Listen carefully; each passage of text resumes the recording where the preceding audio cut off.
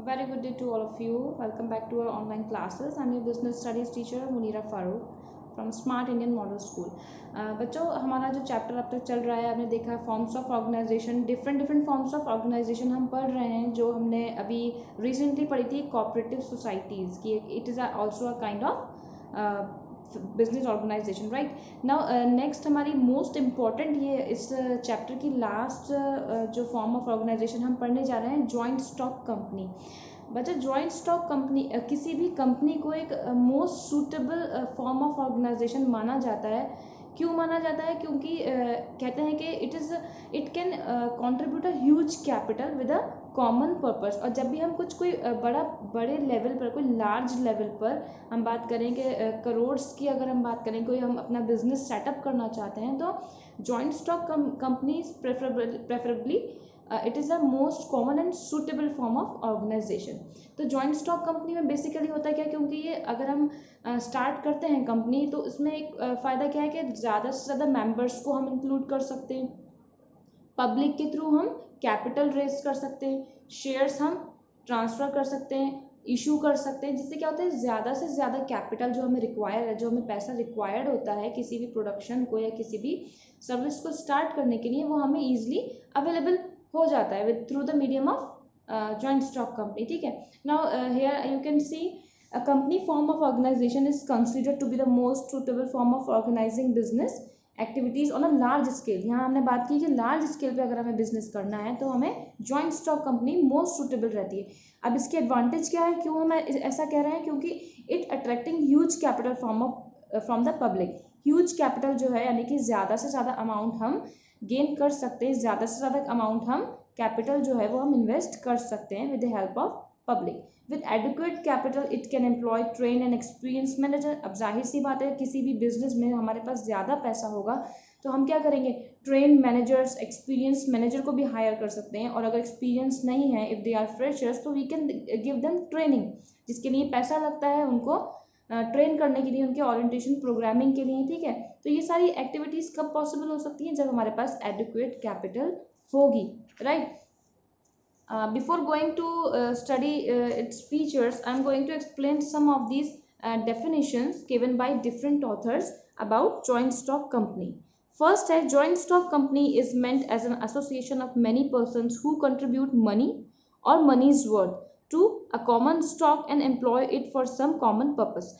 क्या है कि जॉइंट स्टॉक कंपनी से क्या कहते हैं, एक ऐसी एसोसिएशन ऐसा फॉर्म जो बहुत सारे लोगों को मिलकर बनाया जाता है और वो क्या कंट्रीब्यूट करते हैं, वो पर्सन्स जो होते हैं पैसा या फिर पैसे की कोई वर्थ यानी कि कोई कीमत यानी कि कोई एसेट बिजनेस में लाते हैं और वो एक उनका कॉमन पर्पस होता है वहाँ जुड़ने का. ठीक है. उस बिजनेस को चलाने के लिए. ये किसने दी थी? जस्टिस लिंडले ने. नेक्स्ट है joint stock company is a voluntary association. Voluntary association क्यों कहा है? क्योंकि फोर्सिबली यहाँ पर किसी को हम किसी कंपनी में इन्वॉल्व नहीं कर सकते. ये अपनी इच्छा स्व इच्छा से ही हम उस कंपनी को ज्वाइन करते हैं. ठीक है.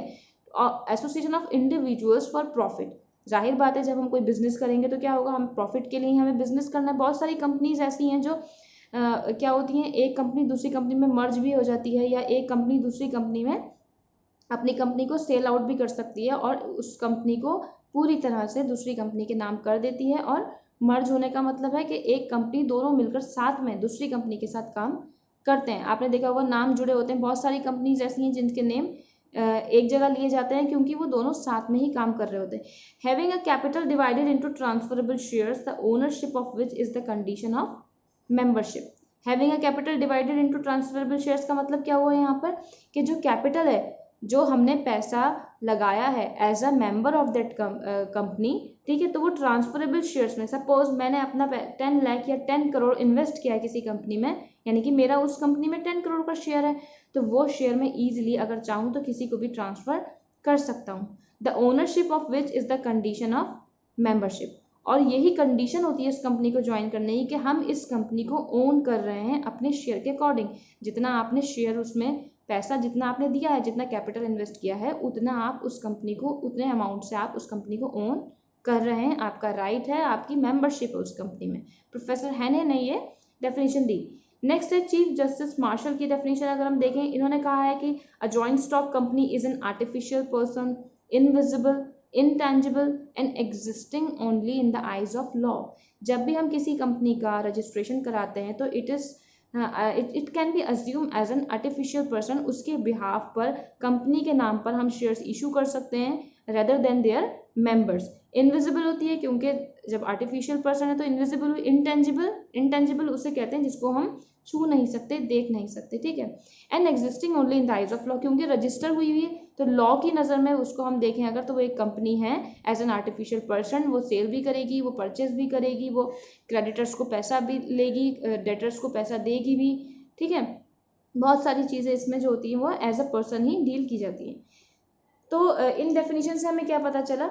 अब इसके जब हम फीचर्स पढ़ेंगे तो हमें ईजी हो जाएगा समझने में कि कंपनी एक्चुअल में होती क्या है, क्या उसके फीचर्स होते हैं। पहला देखिए हमारा सेपरेट लीगल एग्जिस्टेंस। जैसे कि हमने बताया कंपनी की सेपरेट लीगल एंटिटी होती है। A company can carry on business in its own name, it can buy and sell assets in its own name, it can enter into.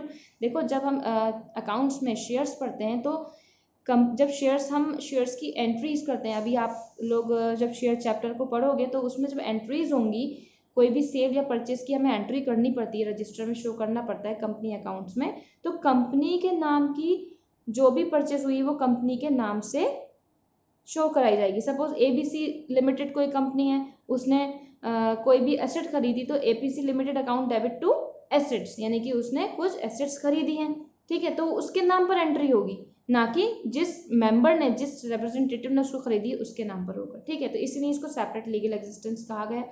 Artificial person मैंने आपको बता दिया, company does not have physical body like a natural human being but it is an artificial person who created by law। जब हम company का registration, आगे हम पढ़ेंगे कि कैसे इसका रजिस्ट्रेशन होता है, क्या इसमें पेपर्स बनते हैं, क्या इसमें आर्टिकल्स लगाए जाते हैं, ठीक है। तो it is an artificial person created by law, क्योंकि रजिस्टर होती है और जो कंपनी एक्ट है उसके अंडर में ही रजिस्टर होती है, तो लॉ में, यानी कि अब वो जो भी हमारा कंपनी जहाँ भी रजिस्टर्ड होती हैं, जितनी भी कंपनीज फॉर्म होती हैं, वहाँ पर एक तरीके से ये रजिस्टर हुई है और ये अब एग्जिस्ट करती है, यानी कि कहीं भी कुछ भी कोई क्लेम करता है या कोई किसी कंपनी को सेल कर रहा है, ये कंपनी अपनी सेल करना चाह रहा है, तो वहाँ जाकर पहले हमें चेक करना होगा कि ये कंपनीज एक्ट के अंडर रजिस्टर हुई भी है या नहीं, तभी हमें पता चलता है कि हाँ ये कंपनी एग्जिस्ट करती है। वरना बहुत से लोग क्या करते हैं कि धोखाधड़ी करके या फ्रॉड करके आर्टिफिशियल कंपनीज खोल लेते हैं और उनको वो रजिस्टर नहीं होती है, हमको पता नहीं चलता, हम उसमें पैसा लगा भी देते हैं, कुछ टाइम बाद पता चलता है वो कंपनी एग्जिस्ट ही नहीं करती थी और वो भाग जाती हैं या फ्रॉड या फिर फेक जो है तरीके से उसको रन करती हैं, ठीक है। लेकिन जो कंपनी में, अब जब कंपनी आर्टिफिशियल पर्सन, तो कंपनी खुद उठ के तो चल के जाएगी नहीं कुछ भी फंक्शन परफॉर्म करने, उसके लिए क्या होता है कि उसके जो जितने भी फंक्शंस हैं, जितने भी ऑपरेशंस हैं, वो कौन परफॉर्म करता है, जो कंपनी में रिप्रेजेंटेटिव होते हैं, लाइक बोर्ड ऑफ डायरेक्टर्स हो गए, मेंबर्स हो गए, मैनेजर्स हो गए, ये कंपनी को रन करते हैं, लेकिन कंपनी की आइडेंटिटी अलग अपनी रहती है। Registration, it is legally compulsory for a company to get itself registered under companies act 2013 में जो कंपनीज एक्ट बना है उसके अंडर में हमें क्या करना पड़ता है, अपनी जो भी हमने कंपनी फॉर्म की उसको रजिस्टर कराना पड़ता है। Without registration no company can come into existence, कोई भी कंपनी फॉर्म हो ही नहीं सकती बिना रजिस्ट्रेशन के। नेक्स्ट है perpetual succession.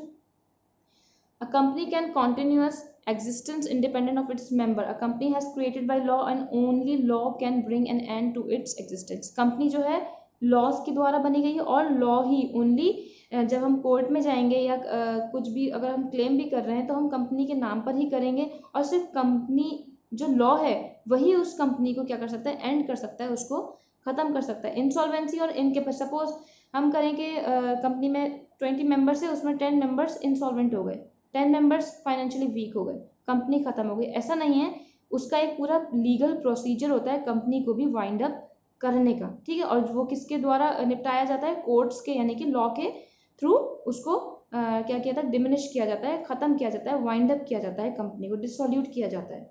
The life of a company can come to an end through legal procedure of winding up, ये भी एक अपने आप में एक पूरा चैप्टर है वाइंडिंग अप का, क्लोजर का, कंपनीज क्लोजर, वो हम आगे क्लासेस में पढ़ेंगे। तो परपेचुअल सक्सेशन से क्या मतलब हुआ कि ये एक इंडिपेंडेंट आइडेंटिटी है, और इसको ये नहीं है कि मेंबर्स अगर उसके आते रहते हैं, मेंबर्स जाते रहते हैं, लेकिन कंपनी चलती रहती है और किसी के इंसॉल्वेंट होने से, दिवालिया होने से या किसी के फाइनेंशियली वीक होने से कंपनी बंद नहीं होती। कॉमन सील, ये एक इंपॉर्टेंट पार्ट है, देखो बीइंग एन आर्टिफिशियल, ये फीचर जो है इसका कॉमन सील का, being an artificial person the company can not sign, company sign नहीं कर सकती, but there is a need through a group of people, क्योंकि अब हमें कोई ना कोई तो कॉमन सील चाहिए है। सपोज कंपनी के नाम पर आप कुछ खरीद रहे हो, तो कंपनी में जब आप एंट्री कराओगे या किसी और के यहाँ जाकर आप कुछ परचेस करोगे, तो वो कंपनी के नाम की एंट्री करेगा, तो वो आपसे प्रूफ मांगेगा।